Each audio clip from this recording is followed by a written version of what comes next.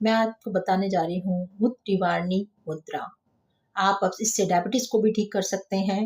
रोजाना करने से आपको आपका यूरिन कम आता है या ज़्यादा आता है, उसके ऊपर यह प्रयोग बहुत अच्छे से करता है। आपको किस प्रकार से उंगलियों को करना है, इन उंगलियों को खड़ा करके रखना है, तर्जनी को अंगूठे से बाकी उंगलियों को दबा के रखना है और तर्जनी को इस तरीके से हिलाना है कि आपके अंगूठे को स्पर्श करे।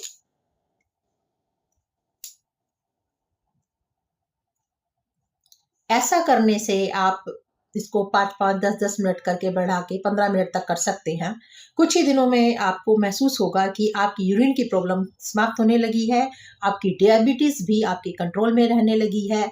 मुद्राओं का हमारे शरीर पे बहुत गहरा असर होता है। मुद्राओं के द्वारा हम अपनी दवाइयों से भी छुटकारा पा सकते हैं। तो इनका अनुसरण करें और अपने पाँचों हाथों की उँगलियों की शक्तियों को पहचानें मुद्राओं के द्वारा।